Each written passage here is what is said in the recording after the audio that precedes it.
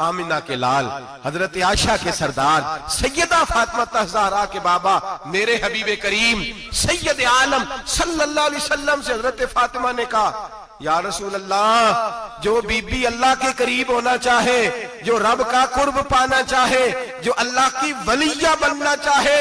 مجھے کوئی نسخہ بتا دے میں عورتوں کو بتاؤں۔ تو میرے حبیب نے فرمایا جو بی بی جتنا گھر کے اندر رہے گی، جتنا گھر کے اندر رہے گی، جتنا گھر کے اندر رہے گی، اتنا ہی وہ اپنے رب کے قریب ہوتی جائے گی،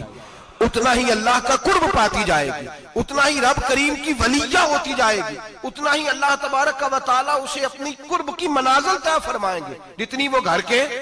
اندر رہے گی اتنی اللہ کے قریب رہے گی، اور جتنی سج دھج کے باہر نکلے گی، جتنی صبرے گی، اتنی وہ اللہ سے دور ہوتی جائے گی۔ جتنے قدم اس کے گھر سے دور نکلیں گے، اتنے ہی قدم اس کے اللہ کے قرب سے دور ہوتے جائے گے، اتنے ہی قدم۔ مائیں تمہاری دعائیں قبول ہوں گی، میری ماؤں تب قبول ہوں گی جب تم گھر میں رہو گی۔ بیٹیوں، رب کریم کا قرب اس وقت نصیب ہوگا جب تم گھر کے اندر رہو گی۔ تم بھائی کے لیے مانگو گی تو اللہ تمہیں دے گا، بیٹے کے لیے مانگو گی تو اللہ تمہیں دے گا، شوہر کے لیے مانگو گی تو اللہ تمہیں دے گا۔ اگر چاہتی ہو کاروبار بڑھے، اگر چاہتی ہو رزق میں برکت ہو، اگر چاہتی ہو تمہارے گھروں میں امن ہو، سکون ہو، جو تم مانگو عرش کا مالک تمہیں عطا کرے۔ تو پھر میرے رسول نے نسخہ بتلایا ہے، پھر میرے کریم نے بتلایا گھروں میں بیٹھی رہنا، جتنی گھروں کے اندر رہوگی اتنا ہی اللہ زیادہ درجہ عطا فرمائے گا، تمہاری دعائیں قبول کرے گا، تمہاری التجائیں اللہ مانے گا۔ میرے بھائیوں، میرے عزیزوں، عورت کے ساتھ جو ظلم اس معاشرے میں ہو رہا ہے، بے پردگی کا طوفان ہے،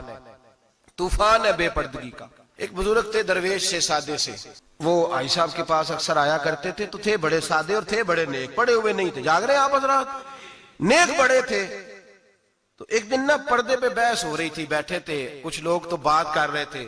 کہہ رہے تھے کہ جناب عورت کو نقاب پہننا چاہیے، برقع اوڑھنا چاہیے، کچھ کہہ رہے تھے ٹوپی والا برقع اچھا ہے، کچھ کہہ رہے تھے فلاں زیادہ اچھا ہے، باتیں ہو رہی تھی، کوئی آیت پڑھ رہا تھا، کوئی حدیث پڑھ رہا تھا، علماء بابا جی سادے سے بیچ میں بیٹھے تھے۔ میں نے ان کی طرف توجہ کی، میں نے کہا بزرگوں آپ بھی تو کوئی جواب دینا۔ کہنے لگے مولوی صاحب مجھے حدیثیں نہیں آتی، کہنے لگے مجھے آیتیں اور حدیثیں مجھے نہیں آتی، آیتیں اور حدیثیں، پر پردہ بڑا ضروری ہے، یہ میری عقل میں بات آ گئی ہے۔ تو میں نے کہا وہ کس طرح؟ کہنے لگا یہ تو چھوٹے سے بچے کی بھی عقل میں آ جاتی ہے۔ میں نے کہا صاحب ہمیں بھی سمجھا دیں، چلیں ہمیں کو بات مل جائے، آپ چلیں، اگر آپ نے علم نہیں پڑھا تو عمر تو آپ کی زیادہ ہے نا، آپ نے بزرگوں سے باتیں سنی ہیں۔ تو کہنے لگے بیٹا میرا چھوٹا سا پوتا ہے، وہ بازار سے ٹافی خرید کے لاتا ہے، اگر ٹافی کے اوپر سے کاغذ اتار دیتا ہے نا تو ٹافی میں مکھیاں بیٹھنی شروع ہو جاتی ہیں، ٹافی پہ مکھیاں بیٹھ جاتی ہیں، جب تک اس کے اوپر وہ لفافہ رہتا ہے، کاغذ رہتا ہے، اس پہ مکھیاں، اللہ کرے آپ کو سمجھ آئے، اللہ کرے آپ کو سمجھ آئے، اللہ کرے اس درویش کی بولی ٹکرا جائے۔ کہنے لگے جب تک تو اس کے اوپر کاغذ رہا تب تک اس پہ مکھیاں،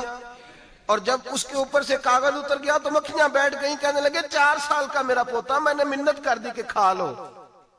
کہنے لگا میں نہیں کھاتا، اس پہ مکھیاں بیٹھ گئی ہیں، میں نہیں کھاتا، گندی ہو گئی ہے، میں نے یہ ٹافی نہیں کھانی۔ کہنے لگے میں بوڑھا آدمی دوبارہ دکان پہ گیا، جدوجہد کر کے نئی ٹافی لایا، بیٹے کو کہا کھا لو، اب اس نے کھائی۔ کہنے لگے مجھے سمجھ میں آ گئی، جو بی بی پردہ کرے گی اس پہ مکھیاں نہیں بیٹھیں گی، جو عورت پردہ کرے گی اس پہ مکھیاں،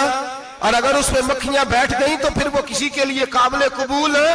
اور اگر پردے میں چھپی رہی، اور بھائی قیمتی چیزوں کو غلاف چڑھتے ہیں،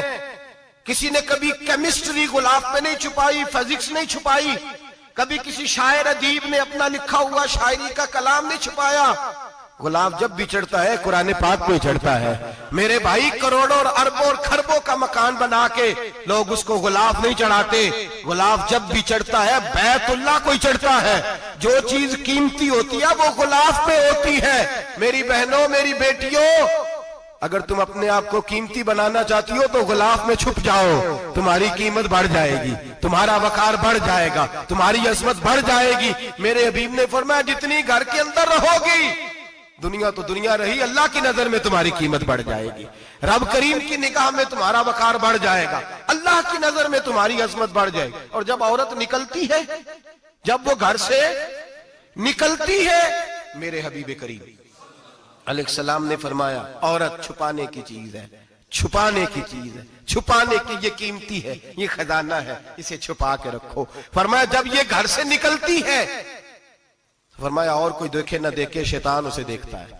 شیطان وسوسہ اندوزی کرتا ہے، شیطان اسے دیکھتا ہے۔ اور حبیب کریم سید عالم صلی اللہ تعالی علیہ وسلم جب بات کرتے تھے، جب لفظ بیان کرتے تھے، محتاج جملے بولتے تھے، بڑا کم، رحمت للعالمین نبی کی زبان سے بڑا کم سخت جملے نکلتے تھے۔ میرے حبیب نے لفظ ادا کیے، سخت جملے۔ میرے کریم نے فرمایا جو عورت، یہ جو مائیں بہنیں سن رہی ہیں، خدا را آگے پہنچائیں، آپ بھی گھر میں جائیں تو یہ والا واز اپنے گھر میں پہنچائیں، سنائیں، خدا را سنائیں، خدا را۔ روز ایک قیامت ٹوٹتی ہے، اور میرے بھائی لاکھوں عزت دار لوگ اپنے تکیے پہ منہ رکھ رکھ کے روتے ہیں، اس لیے کہ وہ بچی جس کے بارے میں کہتے تھے ہمیں اعتبار ہے، اعتبار، اعتبار کا لفظ بول کے باپ جو ظلم کرتا ہے اپنی بیٹی پہ، بھائی اعتبار کا لفظ بول کے ظلم کرتا ہے بہن پہ، اعتبار کا جملہ بول کے زیادتی کرتے ہیں ہم اپنی جانوں پر۔ حضرت جنید بغدادی صوفیاء کے سرخیل صوفیاء کے، ان سے ایک شخص کہنے لگا مجھے بیٹی پہ اعتبار ہے، میں اس کو فلان جگہ داخل نہ کرا دوں، پڑھ لے۔ آپ فرمانے لگے تجھے اعتبار ہے تو کیا اللہ کے رسول کو اعتبار نہیں تھا؟ یہ تمہیں کیسا لفظ بولا؟ تجھے اعتبار ہے، نبی پاک کو نہیں تھا؟ میرے محبوب کے پاس حضرت عائشہ صدیقہ بیٹھی تھی، اور وہ بی بی جس کو قرآن کہتا لستن کاحد من النساء، تمہارے جیسی دوسری کوئی ہو سکتی نہیں۔ میرے محبوب کے پاس حضرت حفصہ بیٹھی تھی، جناب سودا بیٹھی تھی، اس سے بڑھ کر بھی کسی کو اعتبار ہوگا؟ جن کو قرآن کہتے ہیں جیسی دوسری ہو ہی نہیں سکتی۔ حضرت عبداللہ بن مکتوم نابینا سے ابھی آئے، او بھائی نابینا، دل کی آنکھیں کھول کے سنو، نابینا سے ابھی نابینا آنکھوں سے نظر نہیں آتا، حضور کی بارگاہ میں آئے، مجھے اعتبار ہے بیٹی پہ، مجھے اعتبار ہے، سندل کی بنی ہوئی بیٹی ہے، حور ہے تیری بیٹی، اس کے قریب گناہ نہیں جاتا، یہ تو زیادتی کر رہا ہے اپنی بیٹی پہ، یہ جملہ بول کے تو ظلم کر رہا ہے، تو ظالم اور فاجر ہو گیا جب تو نے یہ کہا کہ مجھے اعتبار ہے۔ میرے حبیب پاک سے بڑھ کر کس کو اعتبار ہوگا؟ میرے کریم رسول سید عالم نور مجسم صلی اللہ تعالی علیہ وسلم نے فرمایا، حضرت عائشہ تھی، حضرت حفصہ تھی، حضرت سودا تھی، عبداللہ ابن مکتوم نابینا آئے تو میرے نبی نے فرمایا بیبیوں پردہ کرو، بیبیوں بول کے بتائیے، بیبیوں، سارے بولیے بیبیوں، اللہ کرے یہ آواز گونج جائے پورے معاشرے میں، بیبیوں۔ میرے نبی نے جملہ کہا بیبیوں پردہ کر لو، پردہ کرو، نظریں جھکاؤ، نقاب اوڑو۔ ایک زوجہ بولی حضور انہیں تو نظر نہیں آتا، وہ تو بیچارے نابینے ہیں۔ ترمذی میں حبیب پاک کے لفظ سنیے، یا رسول اللہ انہیں تو نظر نہیں آتا۔ میرے رسول نے فرمایا تمہیں تو نظر آتا ہے نا، تم تو اندھی نہیں نا، وہ ایک مرد آیا ہے، وہ ایک صحابی آیا ہے، تمہیں تو نظر آتا ہے، تمہاری آنکھیں تو ہیں، اسے فتنہ آئے نہ آئے تمہیں نظر آتا ہے، خبردار پردہ کرو، آنکھیں جھکاؤ، چہروں پہ نقاب ڈالو۔ حضرت جنید بغدادی فرمانے لگے اگر میرے رسول پاک اپنی ازواج کو کہتے ہیں پردہ کرو اور تو کہتا ہے مجھے اعتبار ہے، اگر نبی پاک اپنی بیٹی حضرت فاطمہ کو کہتے ہیں پردہ کر، تو کہتا ہے مجھے اعتبار ہے۔ جناب جنید بغدادی مزید بولے، آپ فرمانے لگے اگر حسن بصری پڑھانے والا ہو، رابعہ بصری پڑھنے والی ہو، اور بیچ میں قرآن پاک پڑھا ہوا ہو، پڑھانے والا حسن بصری، پڑھانے والے حسن بصری جنہوں نے مولا علی شیر خدا کی صحبت پائی، جنہوں نے ام المومنین حضرت ام سلمہ کے گھر میں پرورش پائی، فرمایا پڑھانے والا حسن بصری، پڑھنے والی رابعہ بصری، وہ بی بی جو دعا مانگے تو اللہ مردہ اونٹ کو زندہ فرما دے۔ فرمایا پڑھانے والا حسن بصری ہو، پڑھنے والے رابعہ بصری ہو، اور جو پڑھا جائے وہ قرآن ہو۔ فرمایا قسم اللہ کی عزت کی میں پھر بھی انہیں پڑھنے پڑھانے کی اجازت نہیں دیتا، میں پھر بھی انہیں تنہائی میں بیٹھنے کی اجازت نہیں دیتا، میں پھر بھی انہیں اکیلے رہنے کی اجازت نہیں دیتا، اس لیے کہ یہ حسن بصری ہیں اور منع کرنے والے امام الانبیاء ہیں، اس لیے کہ یہ رابعہ بصری ہیں اور منع کرنے والے سید الرسل ہیں، خبردار پھر بھی اجازت نہیں۔ میرے نبی کریم علیہ السلام بولے، حضور کی بارگاہ میں صحابہ نے عرض کیا کہ یا رسول اللہ صلی اللہ علیہ وسلم اگر کوئی نیک آدمی کسی نیک عورت کے ساتھ بے پردہ ہو، نیک آدمی وہ پیر گناہگار نہیں جس کے پاس بیویاں جاتی ہیں، وہ گناہگار نہیں، وہ تو مجرم ہے، وہ خالی گناہگار نہیں، وہ تو پاپی ہے، وہ خالی گناہگار نہیں، وہ تو دین کا ڈاکو ہے، ڈاکو وہ تو فاسق ہے،